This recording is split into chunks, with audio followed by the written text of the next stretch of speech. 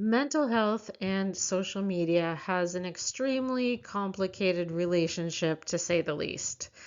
Social media, for the most part, the research tells us that it has positive effects in terms of connection and collaboration and information, but for a good number of people, it also exacerbates feelings of inadequacy and comparison and can just generally contribute to decreased levels of mental well-being.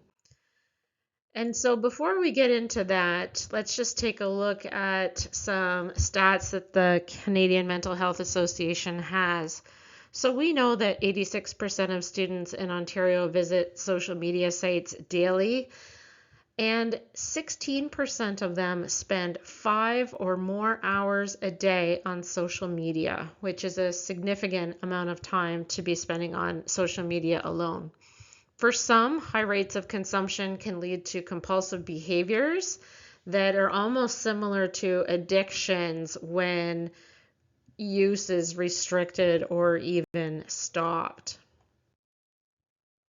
So let's talk social comparison. Social comparison is the process through which people come to know themselves by evaluating their own attitudes and abilities and beliefs in comparison with others.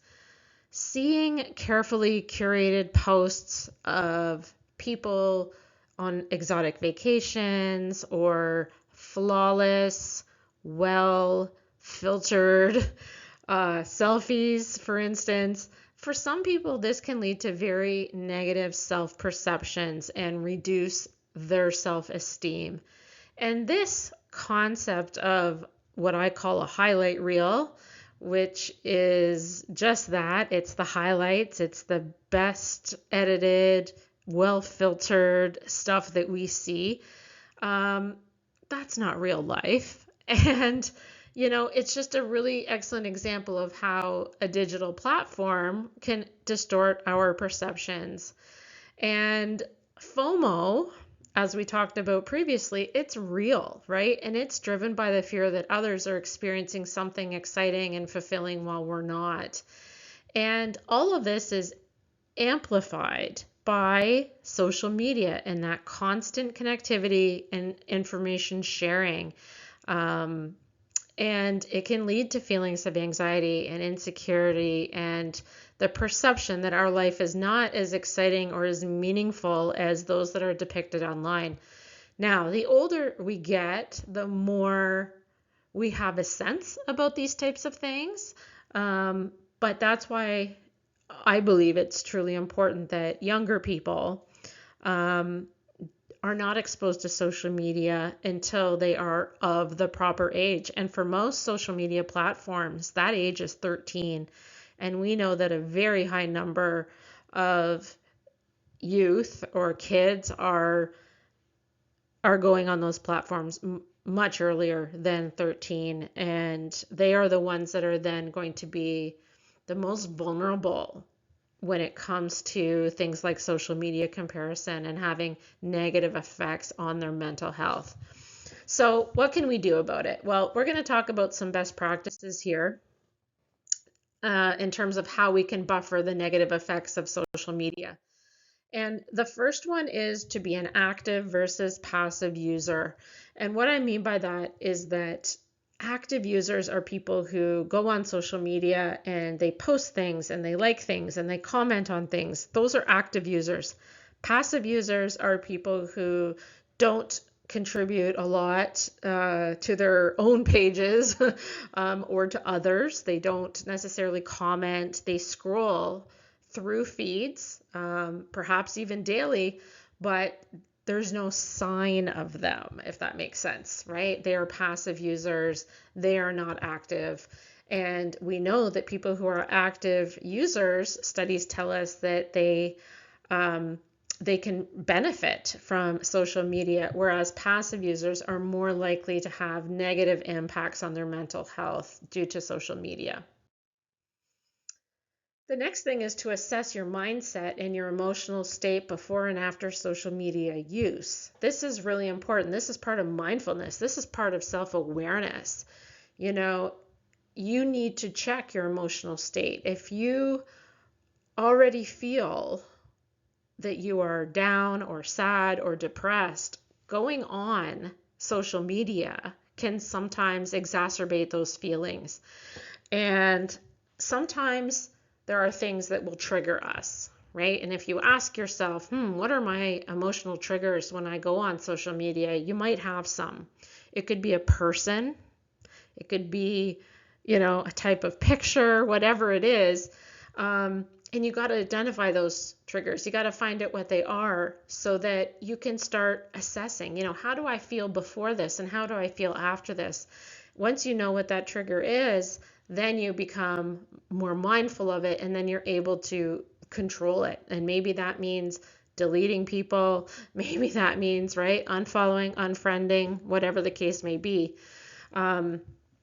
But checking that emotional state before and after, and finding out how you feel about certain things can help. Limiting screen time, that's kind of an obvious one, right? If you are a person who is easily bothered and your emotional state tends to go down when you spend a lot of time on social media, limit screen time. Best practices tell us that we should not consume more than 2 hours of social media per day. And those are culminating studies, right? There's lots of studies that will say 1 hour. There are some that'll say 2, some that'll say 3 or more. But in general, if we combine these studies, the real trigger is typically around that 2 hour mark. It's very contextual. It's very contextual. And what I mean by that is that we also know that we can consume more social media, for instance, on the weekends than we can during the week. During the week, we already tend to be stressed out by other things. We have school, we have work. On the weekend, we tend to have less on our plate. We tend to be in better moods, maybe socializing a little bit more. So then we're not as affected by the amount of social media that we are consuming. Avoid the comparison culture. Again, we're not going to talk about that because I just talked about the comparison culture, right? But just notice, and try to eliminate profiles if you have to that make you feel envious, and allow more room in your newsfeed for people who inspire you. And that's how you can curate your feed.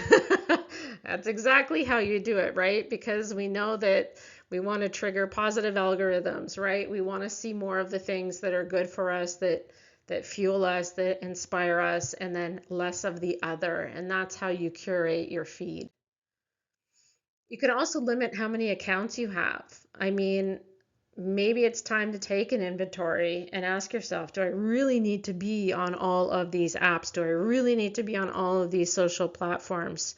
You might find that your purpose 3 years ago for creating an account is, maybe it's redundant now. Maybe you don't have a purpose for it. And maybe it's time to deactivate that account. Maybe it's time to sign up for something new, something that speaks to you today. So just again, it's just kind of taking inventory and seeing how you feel. And of course, if necessary, if feelings of comparison and inadequacy, if they impact your well-being, consider seeking support from mental health professionals. They can certainly provide guidance, and they can, speak to your specific circumstances. And, these strategies, if we incorporate them, they can really, really help us to take proactive steps, right? So that our social media does not negatively affect us. And all of this, really, all of these best practices can be summed up into this slide. And this concept is known as digital resiliency.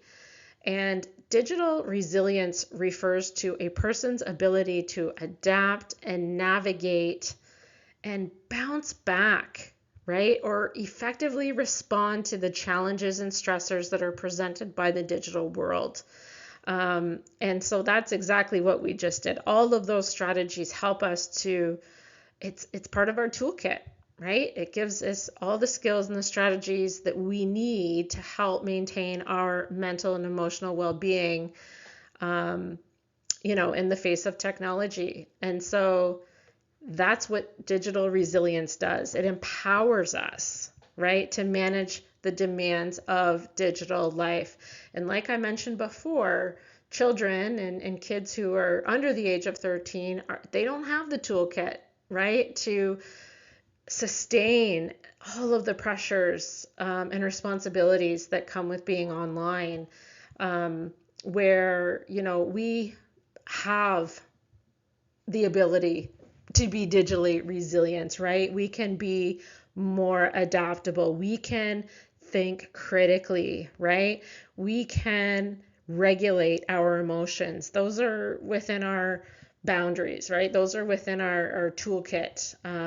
So as adults, again, just practicing balanced tech use is such an important concept when it comes to mental health and digital resilience, right? Maintaining that balanced approach to tech use is just so very important. Being mindful of our screen time, avoiding that excessive dependence on devices, and engaging in offline activities is just so important for our overall mental well-being.